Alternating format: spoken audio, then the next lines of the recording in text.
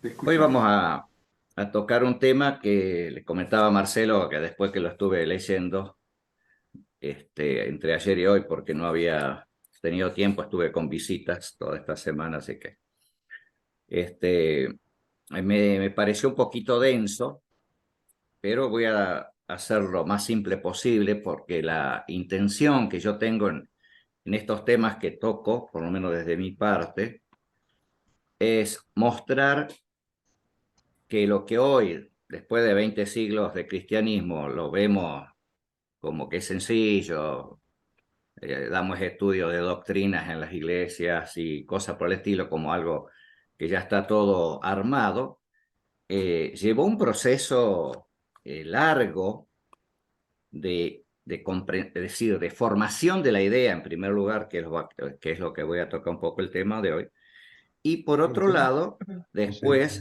ya no, ¿cómo puede? con el cristianismo, ya se empezaron a armar las discusiones para terminar de ponerse de acuerdo con eso. O sea, tenemos un proceso de formación desde el judaísmo hasta el comienzo del cristianismo y después un proceso largo de discusión en muchos de estos temas. O sea que no es que así como tenemos hoy el catecismo, el libro de doctrina o cosas por el estilo, la tenemos clara. No, llevó años de discusiones y siguen, encima siguen las discusiones. Los autores no se ponen de acuerdo. Así que en ese sentido es el que a mí me interesa tocar estos temas porque a veces, no lo sé, yo, aquí sí tengo compañeros que sé que hemos estudiado lo mismo, pero no sé de otros de los que están en el grupo a veces si les ha tocado la posibilidad de leer sobre estos temas. Y hoy quiero tocar este tema sobre el Jesús como hijo del hombre, que es la expresión que aparentemente, digo aparentemente porque hay discusión sobre el tema también, ¿no? Aparentemente Jesús se puso a sí mismo, ¿no? Cuando, no, algunos discuten si en realidad se estaba refiriendo a sí mismo o no. Hay pasajes que parecieran más claros que sí se refiere a sí mismo, pero en otros no está tan claro, por eso es un poco la discusión.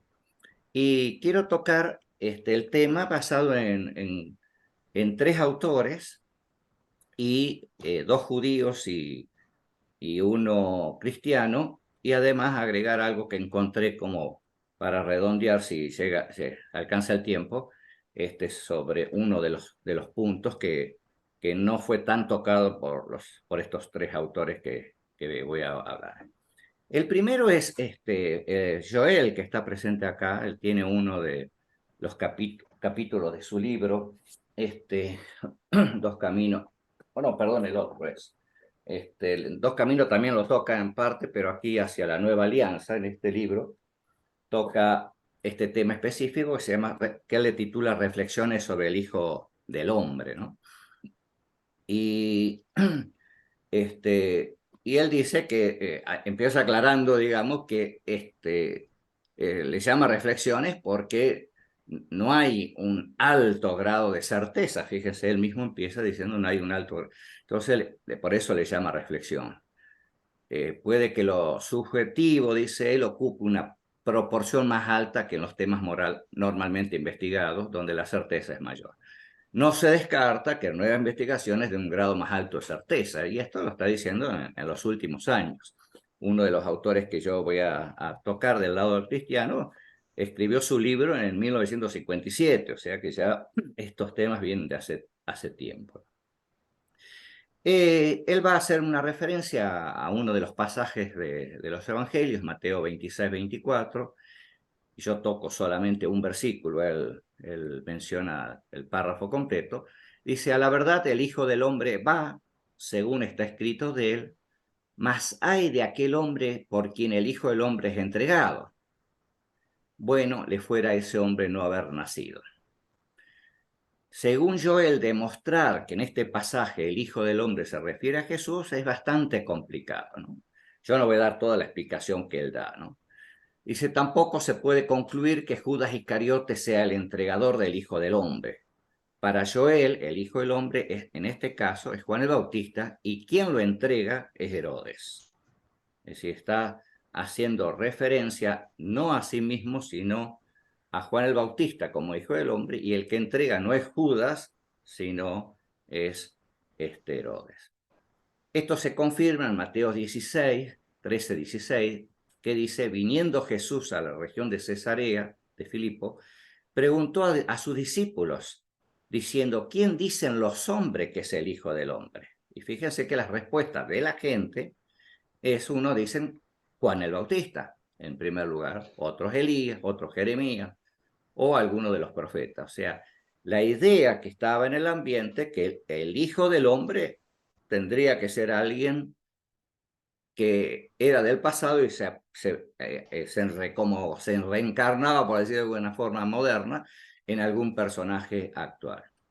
Y él les dijo: ¿y vosotros quién decís que soy yo? No dice quién decís que es el Hijo del Hombre. Entonces dice, respondiendo Simón Pedro, dijo: tú eres el Cristo, el Hijo del Dios viviente.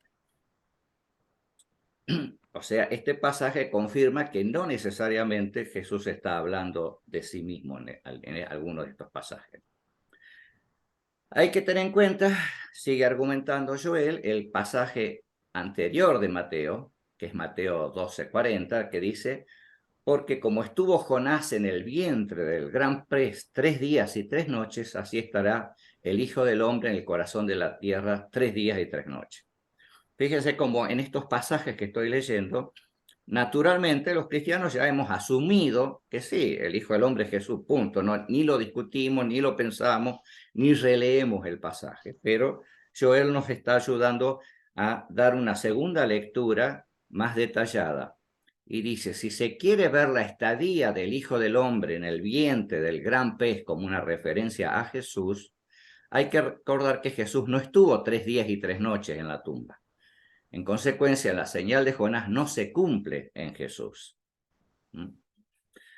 Luego sigue diciendo que en el Antiguo Testamento la expresión Hijo del Hombre aparece principalmente en el profeta Ezequiel, que de eso yo voy a hablar al final, de desarrollar un poco más de esto, que también lo hace aquí.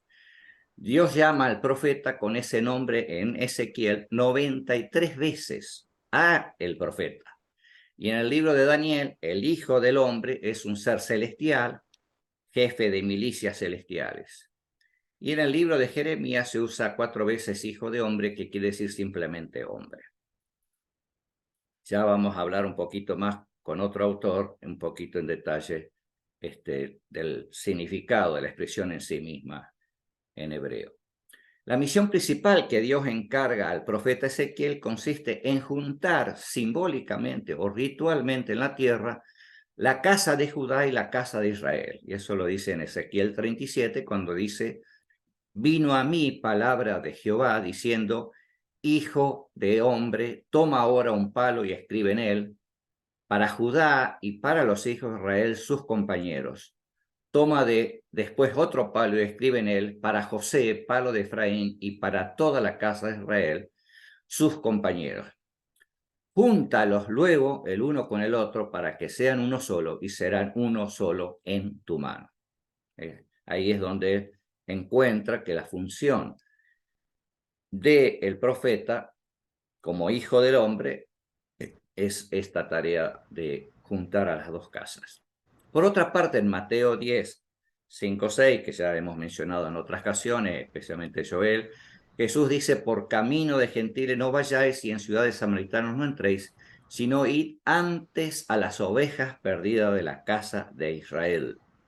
Es decir, no se encuentra en el Nuevo Testamento que sea tarea de Jesús unir o reunir las dos casas del pueblo de Israel en la tierra. Así que el término Hijo del Hombre le corresponde a un personaje al fin de los días, que es la tarea que Joel mismo acepta que podría ser, no lo sabemos, dice él, el mismo Jesús, que sea el Mesías que luego une al final de los tiempos a las dos casas. Pero lo que sí marca la expresión Hijo del Hombre, según lo que muestra Ezequiel, es que su función va a ser unir las dos casas. Pero sí, tanto el profeta Ezequiel como a Jesús se les envía a la casa de Israel. Porque dice en Ezequiel 3:5, dice, porque no eres enviado a pueblo de habla profunda ni de lengua difícil, sino a la casa de Israel. Y en Mateo 15:24, Jesús respondió, no soy enviado sino a las ovejas perdidas de la casa de Israel. O sea, replicando un poco lo que había dicho antes en Mateo 10. La diferencia en ambos pasajes es que a Jesús se señala que su misión es exclusivamente a la casa de Israel, pero ambos pasajes comparten esa misión y a Ezequiel se le añade además la de reunir ambas casas, como ya vimos. Por otra parte, según la tradición judía, existen dos personajes mesiánicos circunstancialmente separados y con roles específicos. Uno es el Mesías, hijo de José, destinado a ser sacrificado en aras del plan de Dios, y el Mesías, hijo de David, relacionado con el juzgamiento de los pueblos y la finalización de la tarea redentora. Concluye entonces Joel, el título Hijo del Hombre consiste o representa la unión o reunión en ambos Mesías, circunstancialmente separados, y al mismo tiempo una prueba más acerca de la existencia de los dos Mesías en el Nuevo Testamento. Y en un momento de su escrito, ya con esto termino, Joel cita a un autor católico, Javier Picasa, diciendo, el Hijo del Hombre es el más enigmático de los títulos cristológicos y el que más problemas plantea desde el punto de vista literario, histórico y teológico.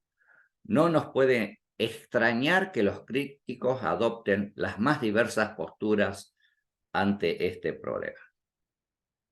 Y ahora paso al segundo autor, que es Daniel Boyarín, que ya hablé del pasaje sobre la comida kosher en otra oportunidad, hace 2 meses, y él va a hacer este enfoque distinto. Las palabras hijo de Dios no se utilizan a menudo en el Nuevo Testamento porque él en el capítulo empieza uniendo los dos conceptos, hijo de Dios y hijo del hombre, por eso lo menciono para que tenga sentido, pero voy a hablar solamente sobre el hijo del hombre. Dice, se utiliza a menudo en el Nuevo Testamento para referirse a Jesús, a pesar que el cristianismo convencionalmente lo define así a Jesús. En los evangelios es más probable que Jesús se mencione como hijo del hombre, es decir, no tanto como hijo de Dios. Los cristianos pensarán posiblemente que esta expresión designa la humanidad de Jesús, mientras hijo de Dios representa la divinidad.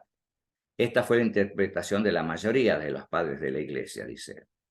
Lo que Boyarín demostrará es que hijo de Dios se refería al rey de Israel, el rey terrenal que ocupaba el trono de David, mientras que hijo del hombre o se refería a una figura terrenal, no se refería, a una figura terrenal, sino que alude a un ser celestial. El título Hijo de Dios consideraba a Jesús como una parte de Dios, mientras que el Hijo de Dios indicaba un estatus del rey Mesías. Y va a citar a Daniel 7. Mientras continuó mi visión esa noche, vi a alguien parecido a un hijo de hombre descender con las nubes del cielo. Se acercó al anciano y lo llevaron ante su presencia. Se le dio autoridad, honra y soberanía sobre todas las naciones del mundo, para que lo obedecieran los de toda raza, nación y lengua. Su gobierno es eterno, no tendrá fin, su reino jamás será destruido. Sigue diciendo Boyarín, en este contexto notable aparece el profeta teniendo una visión en la que hay dos figuras divinas. Una que es descrita como el hombre anciano, sentado en el trono. Sin embargo, nos han dicho que hay allí más de un trono y efectivamente una segunda figura divina con la forma de un ser humano. Es transportada en las nubes del cielo e investida por el antiguo en día, el anciano, mediante una ceremonia muy parecida al traspaso de cetro de un rey anciano a uno más joven. Según el antiguo ceremonial real de Cercano Oriente y similar también al traspaso de la posta de los dioses más ancianos a los más jóvenes, según relatan los mitos. Lo que este texto proyecta es una segunda figura divina a la que le será dado el completo dominio de todo el mundo, de la totalidad de un mundo restaurado en el que el gobierno y el liderazgo de este Rey eterno estarán siempre completa y definitivamente coordinados con la voluntad del antiguo en días. Aunque esa figura redentora no es denominada Mesías, esta tendrá que esperar las posteriores elaboraciones sobre la misión de Daniel. La visión de Daniel nos acerca al menos a algunas de las características clave de la figura que más tarde será denominada el Mesías o el Cristo. ¿Cuáles son esas características? Uno es de naturaleza divina, tiene forma humana, bien puede ser visto como una divinidad de apariencia más juvenil que el antiguo en días, será entronado en lo alto y les dado poder y dominio y aún soberanía sobre la tierra. El libro de Daniel, dice Boyarín, fue escrito en el siglo II antes de la era cristiana y adquirió gran influencia entre los judíos de aquel tiempo, incluyendo específicamente a la rama cristiana. Hago un paréntesis aquí. Tuvimos una charla hace unos años de Mariana Rossi, perdón, que es una monja de aquí tucumana, que es estudiosa, teóloga, y ella nos contaba, ella fue a hacer un doctorado sobre el tema de la apocalíptica, y nos contaba que en su estudio llegó a ver la influencia que había tenido el libro de Daniel en todo ese periodo, incluyendo el primer siglo. Incluso ella llegó a decir, una de los relatos en que se da a Jesús hablando sobre el futuro, en Marcos, precisamente casi es una copia de este capítulo de Daniel. En cierto punto, sigue diciendo Boyarín, estas tradiciones se fusionaron en las mentes judías con la expectativa del retorno de un rey davídico y nació la idea de un Mesías divino humano. Este fue denominado Hijo de Hombre. Hay muchas variaciones en las tradiciones sobre esta figura en los propios evangelios y en otros textos tempranos. Algunos judíos habían estado esperando que ese redentor fuese un ser humano exaltado al estado de la divinidad, mientras que otros esperaban que una divinidad bajase a la tierra para tomar forma humana. Por otro lado, algunos, los que creían en Jesús, creían que el Cristo había nacido como un ser humano común y corriente, luego exaltado al estado de divinidad, mientras que otros creían que él era una divinidad que había descendido a la tierra.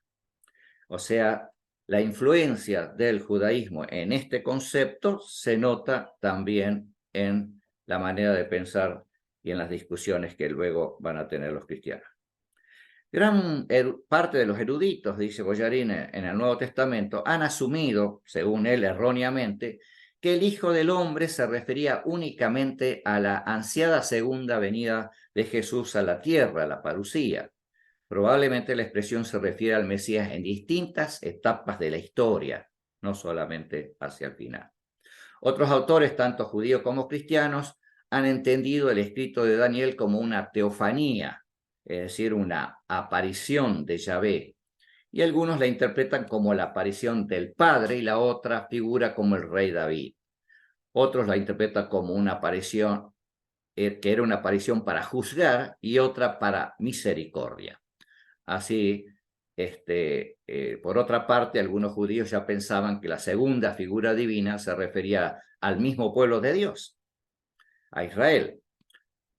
Y concluye Boyarín diciendo, la controversia teológica que creemos existe entre judíos y cristianos es ya una controversia intrajudía muy anterior a Jesús. Es decir, estos temas ya venían discutiéndose antes y que por el proceso que el cristianismo llevó de despegarse del judaísmo, hizo que nos desvinculáramos totalmente y desconociéramos estas cosas. Estas dos divinidades de Daniel, con el correr del tiempo, terminarían siendo las primeras dos personas de la Trinidad en todo este proceso de discusión. La idea de la dualidad, va ahora a ir más hacia atrás a Boyarín, viene de la idea de dos dioses cananeos, El y Baal, dice él, el dios del cielo y el dios de la guerra. Luego, en su evolución, estas deidades fueron unidas en una sola, pero no sin que queden algunas marcas de los puntos de la sutura de esta unión. La idea de una dualidad inherente a Dios no fue fácilmente abandonada, a pesar del esfuerzo de ciertos líderes en ese sentido. Un Dios distante genera casi inevitablemente la necesidad de un Dios más cercano, uno que pelee por nosotros y nos defienda. Y a mí me pareció que en este concepto del Dios distante y la necesidad de un Dios cercano es una necesidad permanente del ser humano y se ha visto en distintas formas, inclusive en el mismo cristianismo, de hacer más cercano a Dios en alguna figura.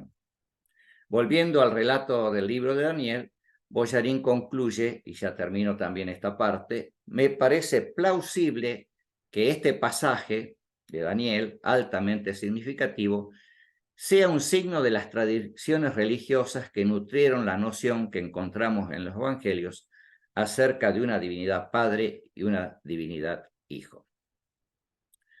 Y paso al tercer autor, que es Oscar Cullmann. Y Pedro y Daniel van a recordar que en nuestra época de estudio buscábamos este libro como pan caliente porque no se editó más en esa época, me imagino que después se habrá editado de nuevo. Un libro muy gruesito y que trata sobre todo el tema de la cristología de Jesús en el Nuevo Testamento, ¿no? Y ahora voy a hacer referencia un poco, porque es un capítulo largo, en relación a lo que estamos hablando, lo que él dice sobre el Hijo del Hombre. Aquí es donde él explica que el término arameo bar, hijo, se emplea a menudo en sentido figurado. Por ejemplo, se habla del mentiroso como hijo de la mentira, los pecadores son llamados hijos del pecado, el rico es hijo de la riqueza, etc. En esta construcción, el genitivo que sigue a bar designa, por lo tanto, a la especie a la cual pertenece la persona en cuestión.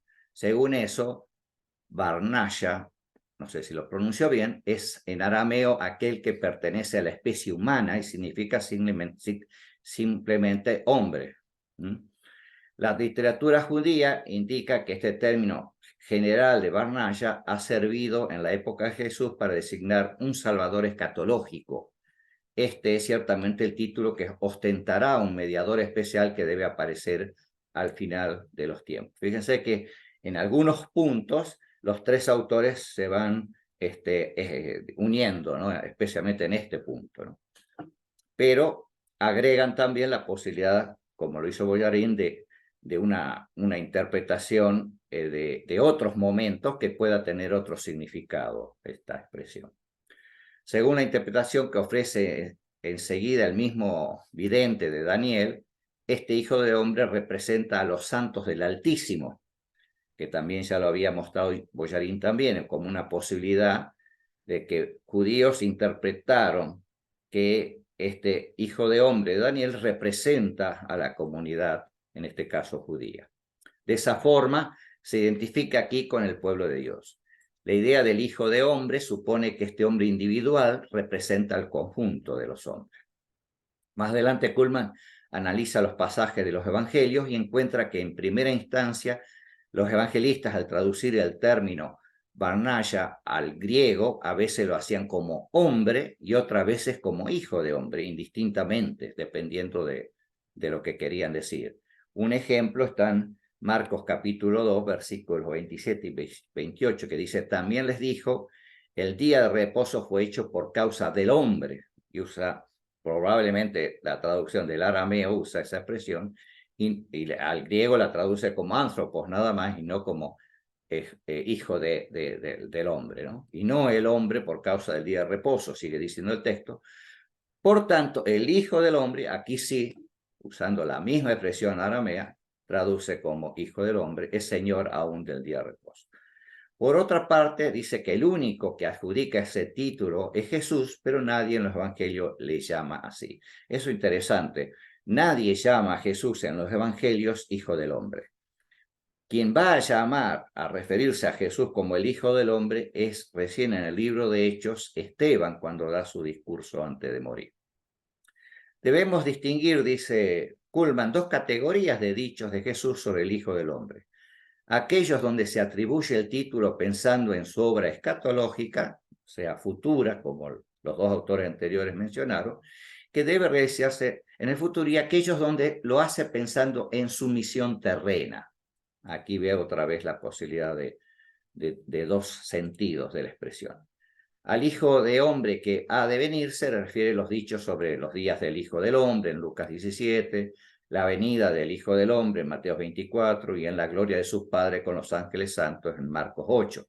Ciertamente se podría afirmar que, aunque estos dichos sean auténticos, al pronunciarlo Jesús no está pensando en sí mismo, sino en otro Hijo de Hombre. También él concede esta posibilidad.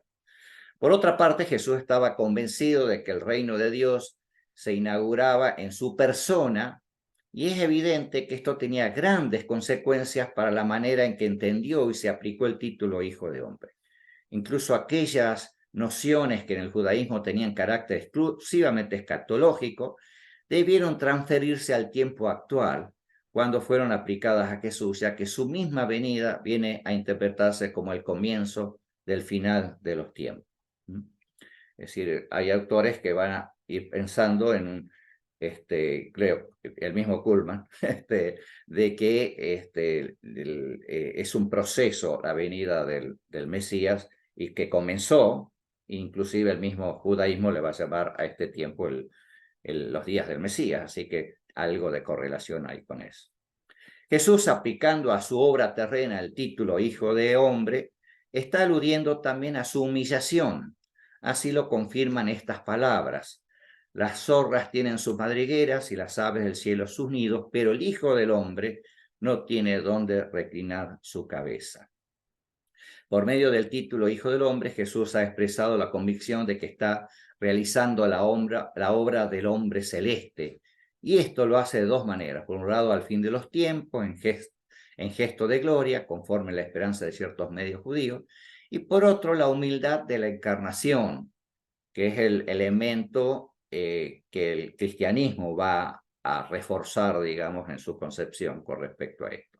En el seno de la humanidad pecadora, idea que resulta ajena a todas las concepciones anteriores del Hijo del Hombre, o sea, se refiere a anteriores del judaísmo.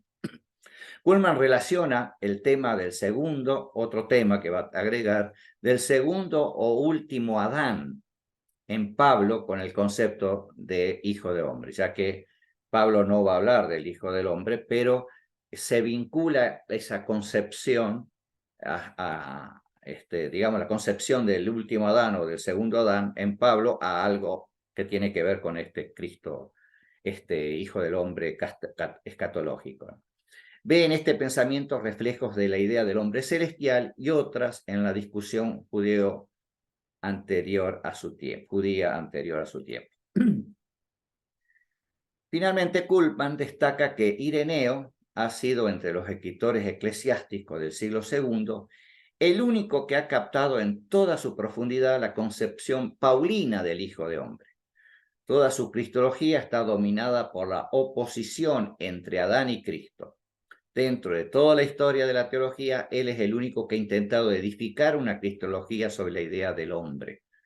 Tras mostrar con precisión el paralelismo que existe entre las obras de Adán y Jesús, sigue diciendo Ireneo, por eso el Señor se designa Hijo del Hombre, porque vuelve a tomar en su propia persona a este primer hombre, para que así como por un hombre derrotado el género humano descendió a la muerte, podamos elevarnos nuevamente a la vida a través de un hombre victorioso. Así como por un hombre la muerte obtuvo su victoria sobre nosotros, así también podremos obtener por medio de un hombre la victoria sobre los muertos.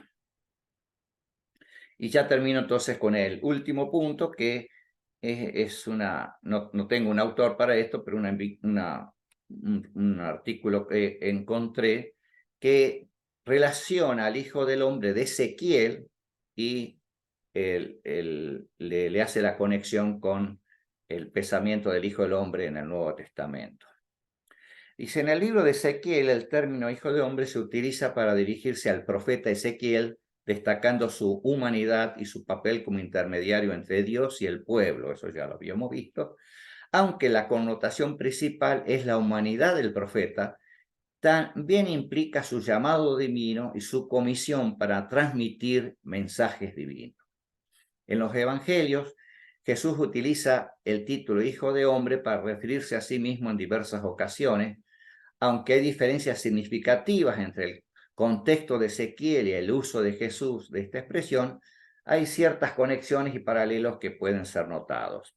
Y aquí señala los paralelos. Al igual que en el libro de Ezequiel, el título Hijo de hombre en los evangelios puede resaltar la humanidad de Jesús. Sin embargo, en el contexto de Jesús, esta designación también se asocia con su divinidad y su identificación con el Mesías.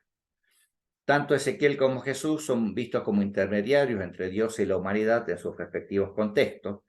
Mientras que Ezequiel transmitía mensajes proféticos de Dios al pueblo, Jesús como hijo del hombre se presenta como el mediador entre Dios y los seres humanos, restaurando la relación quebrantada. En ambos casos, la designación hijo de hombre sugiere una misión divina y una comisión específica, y Ezequiel fue llamado por Dios para llevar su mensaje, y como vimos, para unir las dos casas, y Jesús afirmó que vino a cumplir la voluntad del Padre y a redimir a la humanidad.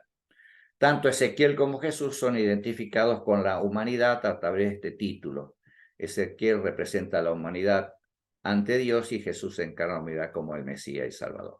Obviamente esta es una mirada cristiana, como ya vimos en lo que expresó Joel al comienzo, que en realidad Ezequiel tiene una misión específica de unir las dos casas de casa de Judá y la casa de Israel, mientras que Jesús tiene la misión solamente a la casa de Israel.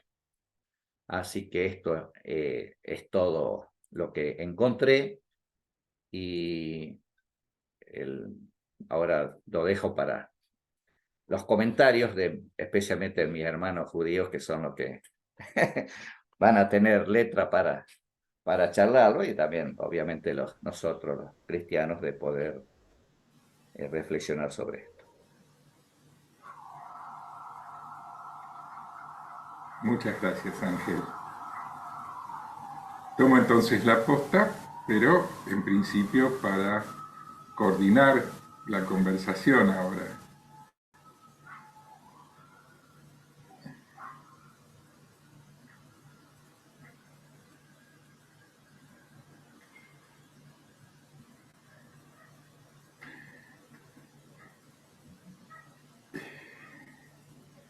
Yo me quedé pensando, cuando estabas hablando antes, sobre que lo que después fue una clara diferencia entre judíos y cristianos, cuestión doctrinaria, ya antes del nacimiento de Jesús había sido una discusión interna dentro del pensamiento judío. No estoy citándote textualmente, simplemente repito la idea como puedo, ¿no? No como grabador, sino que atravesado porque fui pensando mientras hablabas. Y pensado así, qué tremendo, ¿no? Que la identidad propia del cristianismo nazca, igual que la identidad propia del judaísmo rabínico, nazcan ambas de un momento de la historia de Judea y del pueblo de Israel en un sentido un poco más amplio. Tremendo. ¿Qué pasó ahí para dos caminos tan diferentes y tan, no sé si decir enfrentados, pero cerrados sobre sí mismos, ¿no?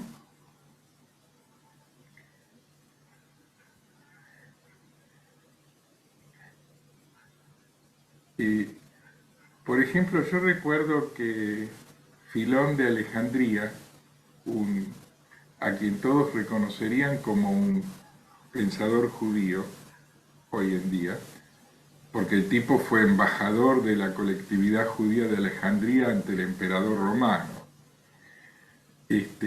Pero él hablaba de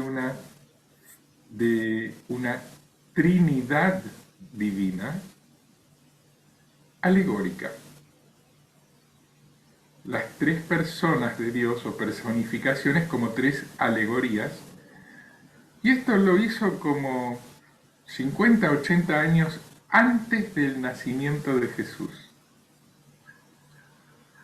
Y era una idea netamente de un pensador judío, helenista, pero judío. Y después, con el cerrarse las dos colectividades, cada una sobre sí misma, en el divorcio, esa idea quedó del lado cristiano. Y hoy para los judíos, no. ¿Cómo uno y trino? No entiendo. Y en su momento era una idea cayer de un pensador helenista, pero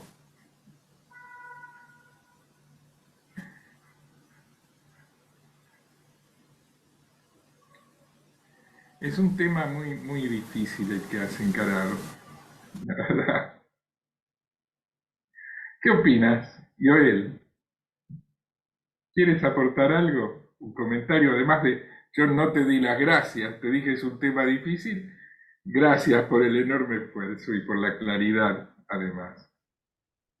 Joel, ¿quieres comentar algo? Bueno, ya que me estabas invitando, Sí, fuerza. eh, yo también, ante todo, muchas gracias, Ángel, estuvo muy claro, y muy interesante. Este, eh, bueno, eh, a Jesús se lo llama eh, el Cristo, el Hijo de Dios viviente, ¿no? Sin embargo, en Jesús no se cumple la profecía ¿cómo se llama? Que dijiste vos, los 3 días, de Jonás. Jonás tuvo 3 días y 3 noches en el vientre del pez. Jesús no estuvo 3 días y 3 noches en la tumba. Estuvo la tarde del primer día. Supongamos que haya estado el sábado entero, cosa que yo opinaría, pero dejemos el tema para el lado. Y el domingo descubrieron que todo estaba vacío. No se sabe cuándo se quedó así. ¿Eh? De cualquier manera, no se cumple en Jesús los 3 días y 3 noches del profeta Jonás, en el centro de la tierra, en el corazón de la tierra, o el de la ballena, o del pez. Y ese tema creo que es un tema para dialogar, para estudiarlo, para profundizar. Eh, eso no, esa idea que existía de que 3 días y 3 noches que estuvo en el vientre del pez o y noche en la tumba, no, los evangelios no reportan eso. ¿Mm? Eso, una cosita que quería poner. este, eh, eh, en el siglo I realmente se abre la posibilidad de la salvación de los gentiles, que es una misión judía, ¿eh? Porque Dios dio la Torá para toda la humanidad, a través del pueblo de Israel. El pueblo de Israel quedaron únicamente el pueblo judío. Las 10 tribus se perdieron, y Jesús viene a recuperar, a buscar las 10 tribus perdidas de la casa de Israel, juntar de vuelta al pueblo de Israel en sus 12 tribus y a los gentiles agreguen a través de la fe en el Dios Padre, de la fe en Jesús, a través de Jesús en el Dios Padre. ¿Eh? Y los judíos directamente al Dios Padre. No tenemos en el tema ese, hay algunas por el Nuevo Testamento que nos enseñan sobre el tema ese. Pródigo, por ejemplo. Este, eh, eh, ese con respecto al tema de los 3 días y 3 noches, que pienso que es un tema dado que vos lo trajiste y que es muy interesante para el diálogo, ¿no? ¿Qué significa los 3 días y 3 noches? Es decir, los judíos creemos de que estamos al final del tercer día, Es decir, eh, nosotros creemos de que el mundo este, dice la tradición judía, fue creado para vivir 6.000 años. Si de la salida de Adán del paraíso hasta la vuelta al paraíso, al mundo por venir. Son 6.000 años. Podemos decir, son 2.000 años. Los primeros 2.000 años son de caos. No hay ley. Con Abraham comienzan los otros 2.000 años de la ley, que son los 2.000 de la ley, y a partir de la época que Jesús aparece, hace 2.000 años, son lo que los judíos llaman los 2.000 años de los días del Mesías, como los ángeles, muy bien. Pero eso es judaísmo. Y creo que en eso coincidiríamos con los cristianos. Como 2.000 años son los 2.000 años de los días del Mesías. Claro que para los judíos tenemos dos Mesías, el hijo de David y el hijo de José, que en última instancia se tienen que juntar. Con misiones diferentes, en el fin de los días, claro. Pero bueno, quería estar ahí nomás, no quiero extenderme más en el tema ese, pero es un tema que conviene que en algún momento lo profundicemos más o agreguemos más material para que cada uno saque sus conclusiones.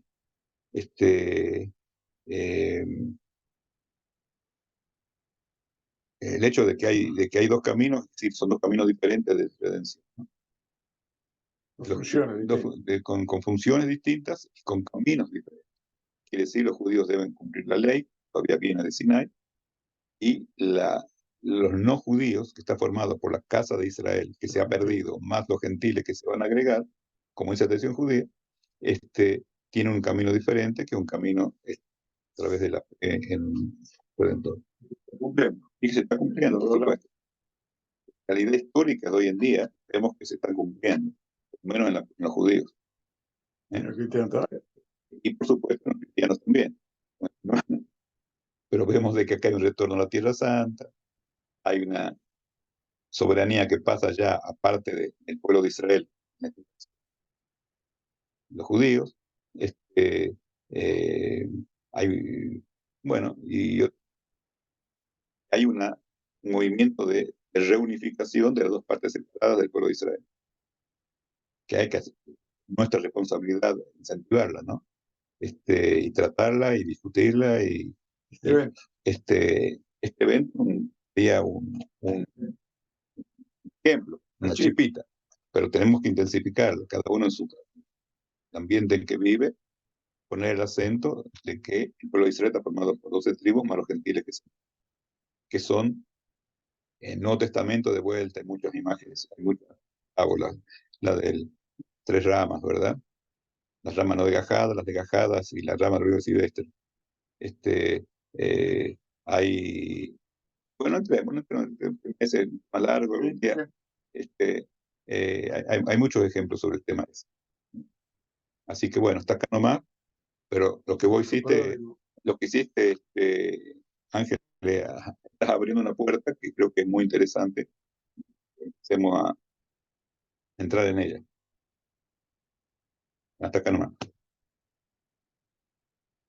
La puerta la abrieron otros, yo solamente la fui a espiar nomás. Sí.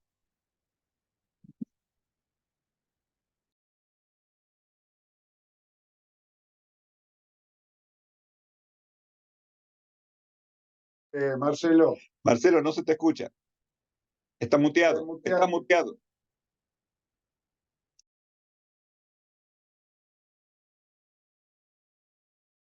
No se puede mutear. Ángel. No, yo no lo puedo hacer, tengo que solicitar nomás.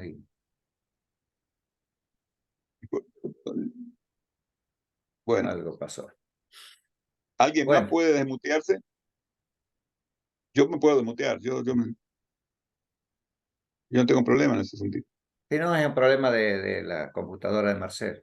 Algo pasó ahí. Él nos escucha, pero no puede hablar. Muy bien, no sé si alguien más quiere... El señor sabe por qué entonces. Ah, ah, Ahí Pedro, está está muy Daniel. serio, ¿eh? ¿Qué pasa? Ahí está Daniel. Daniel se abrió el micrófono. Ah, bien. no, no, era solamente para decirle que haciendo clic probablemente vuelve a aparecer su micrófono. Pero aprovecho y hago una pregunta. Estoy asustado con la puerta abierta esta. Estoy esperando que cierre pronto, porque a estos teólogos alemanes les gusta dificultar la cosa. Eh, podría, ya que es tan rico el lenguaje, todo el lenguaje que yo he conocido en mi experiencia como cristiano es judío. Antiguo, Nuevo Testamento, griego en el Nuevo Testamento, pero griego traduciendo de hebreo, traduciendo idiomas orientales, muy ricos en metáforas y todo. Visto esta diferencia de los 3 días y 3 noches, es fundamental que sean 3 días y 3 noches, o la falta de una noche, por ejemplo, podría perdonarse como una licencia literaria, poética, eh, ampliando un poquito, quizás hasta como esforzándolo, el sentido metafórico, el sentido, el campo, digamos, significativo de esa imagen, que por lo demás es una imagen extremadamente rara. No sería una imagen abundante, la imagen de alguien que estaba pasando 3 días y 3 noches en el vientre de un gran pez. El campo semántico se podría estirar un poquito e incluir ese hecho de que 3 días y 3 noches es como una forma fácil de referirse a una imagen como, qué sé yo, como la imagen de el panal de miel en el, en el esqueleto del león, o figuras de ese tipo, que está llena la Biblia, y en el lenguaje occidental nosotros no tenemos tanta riqueza de imágenes metafóricas o tomadas en uso metafórico. Pregunto a los muchachos judíos si habría, o si quizá hay algún otro ejemplo donde el campo semántico se puede expandir un poquitito e incluir lo que tiene un montón de elementos que se podrían incluir, Sí, o Marcelo. simplemente el hecho de no ser exacta ya la inhabilita como metáfora. Marcelo, No, esa es una pregunta para Joel. Honestamente, yo no sé contestarla. Punto. Bueno, para mí creo que está claro. No se puede hacer eso. 3 días y 3 noches son 3 días y 3 noches. Es decir, ahora, los días se pueden, la metáfora puede ser el día, si es un día de 24 horas o un día de 2000 años. Pero un día es un día, son 3 días y 3 noches. Talleres, Baipoker dicen, y el atardecer y el amanecer. Eso es un día, ¿eh? Incluido las noches. No se olviden de que el descubrimiento de la tumba vacía se hace en el amanecer, no en la mañana. Cuando termina la noche, y en algunos casos, y en un caso creo que Juan dice, todavía era muy oscuro. Entonces, eso es muy importante, porque en el judaísmo la palabra shahar no es boker. La palabra shahar es amanecer, y tiene un sentido teológico, a diferencia de la mañana. El boker, la mañana, comienza con el destello del sol. Con el horizonte se ve que ahí comienza el boker. El amanecer comienza mucho antes, ya está claro. Empieza a aclarar, a pesar que el sol todavía no aparece. Eso es shahar. Bueno, por eso, el tema es medio complicado, pero estamos hablando, la tumba la descubren en el amanecer, la tumba vacía, las mujeres, es decir, cuando va María, después llama a la otra María, y cuando Jesús habla de ellos, todo eso es en el amanecer. no es todavía mañana. Cuando el sol sale, eso ya es mesiánico, ya es redención. Acá estamos un momento anterior, que tampoco es noche, pero tampoco es día. No es Laila, ni no es Boker, sino es ya. Lo digo en hebreo, que es amanecer. Y amanecer no es lo mismo que mañana, ¿no? Teológicamente hablando, pues ya no de hoy sea lo mismo, qué sé yo. Los judíos del Katashak lo hacen a la mañana Y bueno, y al amanecer. pero a la mañana temprano. Entonces, Claro, que cada Shahar es al amanecer. Bueno, algunos, la mayoría lo hacen. Otros no, lo hacen tanto. Bueno, bueno, hasta acá esta aclaración chiquita. No sé qué decir, Marcelo. Digo, gracias, Joel. No sé, como dije, yo no puedo contestar esa pregunta. Entiendo lo que decís, me suena razonable, pero también entiendo la inquietud de Daniel, porque eso tiene implicancias teológicas. Si no Claro. fueron 3 días, entonces pregunto, quiere decir que al menos esa profecía no se habría cumplido en él. ¿Entendí bien? ¿A mí me preguntas? Sí. Claro, todavía no se cumplió. Ah, Eh, sí, también. y cuando se cumpla, ya es más complicado. Hay una unión entre los dos palos de Ezequiel, los dos Mesías, las dos casas. Eh, Eso va a ser ya en el Boker, en la mañana. Que Ahora sería el fin de es un los preparativo. tiempos. ¿Cómo? Que sería el fin de los tiempos eso. Bueno, estamos ya teóricamente en el comienzo de las huellas del Mesías, lo que se llama en las dos religiones, se habla de huellas del Mesías. Los pasos del Mesías o las huellas del Mesías. Y Kvot la Mashiach en arameo. Eh, pero son temas que no nos compliquemos con ellos ahora. Ok, gracias. ¿Muriel? Sí, con respecto a los 3 días, podría ser también 3000 años. Estamos recién en 2000 años. ¿Qué pasó? O también se podría tomar la hora, ¿no? de que amanece, o sea, comienza el día, es en la primera estrella, cuando amanece, cuando aparece la primera estrella. Y Jesús nos dice que fallece, que muere a las 15 horas, ¿no? A partir de las 15 horas, a las 5 o 6 de la tarde. Ya estamos en sábado, ¿no? Claro. Sábado 15 se cumpliría un día. Entonces, lo que es el momento, toman 3 días, yo creo, el catolicismo, porque cuando lo toman, que lo juzgan, o sea, que lo encarcelan. De momento que lo toman, ahí es donde lo atrapan. Entonces está encerrado, coartado, y bueno, y empieza el proceso de los 3 días, porque si no, no se da.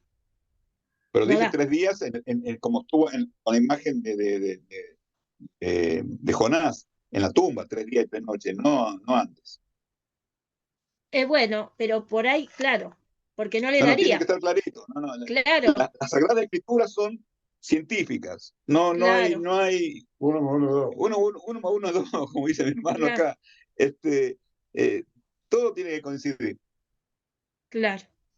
Porque él en la oscuridad del estar o sea, encerrado en la cárcel con grilletes ahí esperando hasta el viernes, que lo fueron a empalar, o sea, toman esa oscuridad, ¿no? del encierro, ¿no? De la soledad, de todo ese azotamiento que tuvo. Entonces yo creo que toman ese día.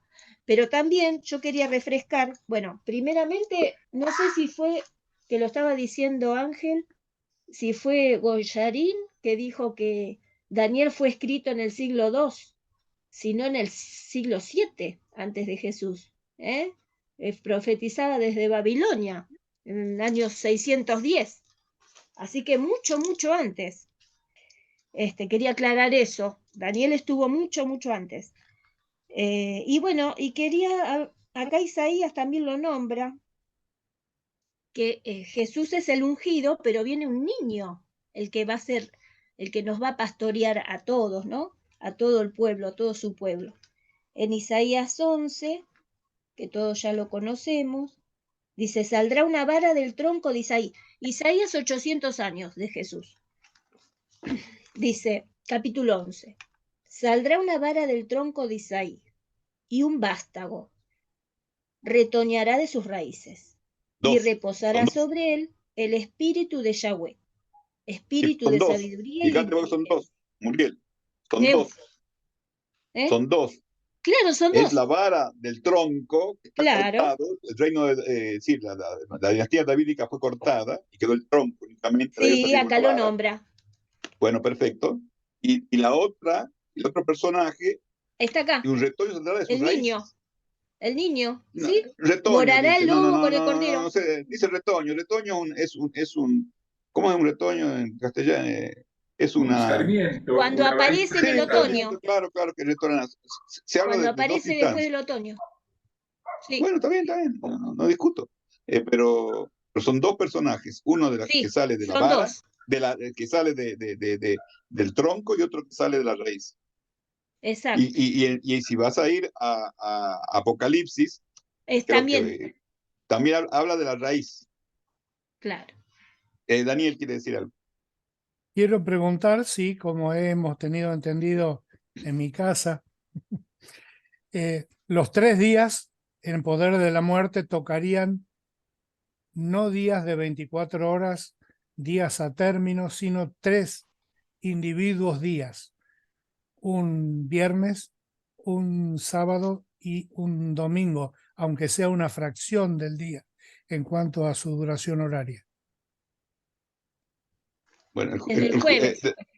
Del judaísmo no te va a aceptar, te va a aceptar un día, te lo va a aceptar Yom, es un día de 24 horas. Tiene amanecer y tiene atardecer, tiene amanecer y tiene atardecer.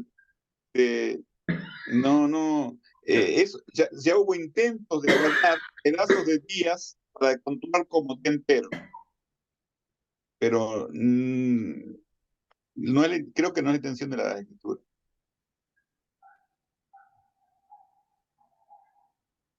O sea, puede ser la de 3 días y 3 noches. Enteros. Porque es la imagen del profeta Jonás. Sí, y la de Noé también dice. Como Jonás y Noé. Los tiempos, los últimos. Pero esto va a ser ahora último. El ungido ya vino y ya se elevó y está esperando a su pueblo para poder ser rey. Un rey que necesita a su pueblo que lo clame. Si no, no va a venir nunca. Eso es lo que estamos esperando ahora. Pero acá en la tierra va a estar alguien descendiente de David, que es un niño, que va a ser simple, va a ser muy simple. Y todas las escrituras lo nombran. Isaías, Daniel, Salmo, Salmo 2 también. Acá quería leerles el de Isaías. Bueno, acá habla de el ungido. Dice, sino que juzgará con justicia a los pobres y arguirá con equidad por los mansos de la tierra y herirá la tierra con la vara de su boca y con el espíritu de sus labios matará al impío. Y será la justicia cinto de sus lomos y la fidelidad ceñidor de su cintura. Esto está todo el tiempo, sabemos que es lo que ve Daniel mismo lo ve. El cinturón que tiene con el tintero, o sea, lo ve, se lo muestra Daniel a Jesús, le está mostrando al hijo, a quién va a ser el rey. Y acá lo cuenta. Y después continúa Isaías y dice, morará el lobo con el cordero. O sea, acá ya baja la tierra, ¿no? ¿Qué pasará acá con la gente? Acá Muy el bien. lobo siempre se está refiriendo a las personas. Hay personas que actúan como lobos. Hay personas que actúan, somos corderos. Otras son leopardos, ¿sí? Otras son cabritos, otras son Eso es becerros, otros interpretación. leones, ¿sí? Como dijiste, Joel, no te pude oír. La vaca y la Eso osa, es interpretación. Claro, es una interpretación, correcto. sí, pero por lo Ahora, general tiene Muriel, metáforas. una pregunta. Respecto específicamente a lo que nos estuvo explicando Ángel Schoenberger, de la idea del Hijo del Hombre y la idea del Hijo de Dios como ideas que dieron muchas vueltas en la historia del pueblo judío, en Daniel, por ejemplo, 7 siglos antes de Jesús, y que estas ideas luego son retomadas por la teología cristiana ya distanciada del pueblo de Israel. Él Y, habla 97 veces del Hijo del Hombre. ¿cómo?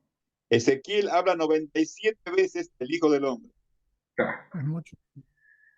Entonces, de esta conexión, porque estamos en un encuentro para el ¿Para qué la diálogo pila? de interés teológico entre judíos No, y que no te... cristianos, para aprender unos de otros. Esa es la propuesta de este espacio, ¿no? Entonces, lo que nos contó Ángel, lo que nos explicó acerca de que una serie de términos, de conceptos, fue evolucionando dentro del pueblo judío durante 700, 800 años, no sé, y que después en la teología cristiana eso se independiza y está perfecto, es legítimo y se desarrolla por su cuenta.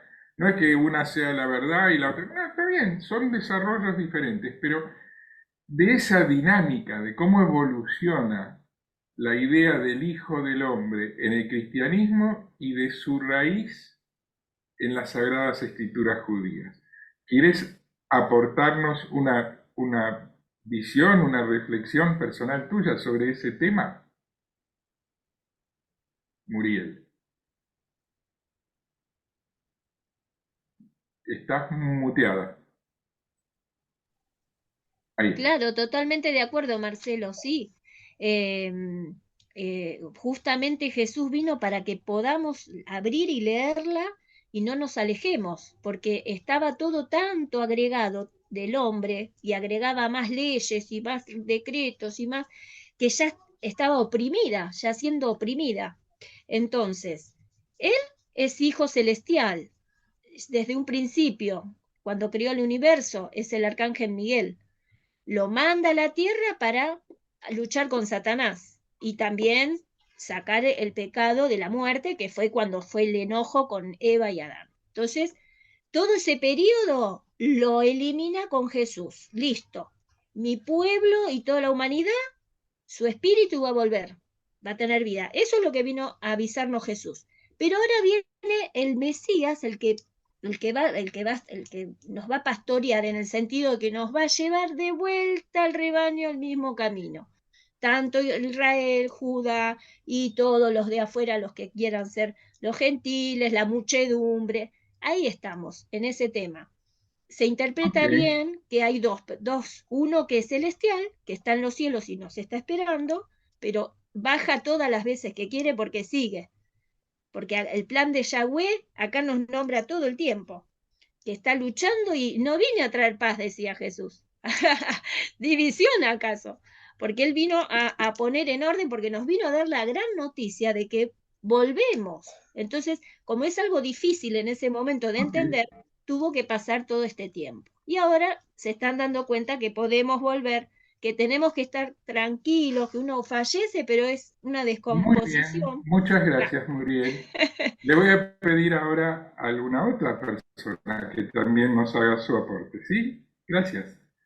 No sé si Silvia o si Pedro quieren hacer alguna contribución, decir qué piensan sobre estas cosas tan inquietantes que ha traído Ángel.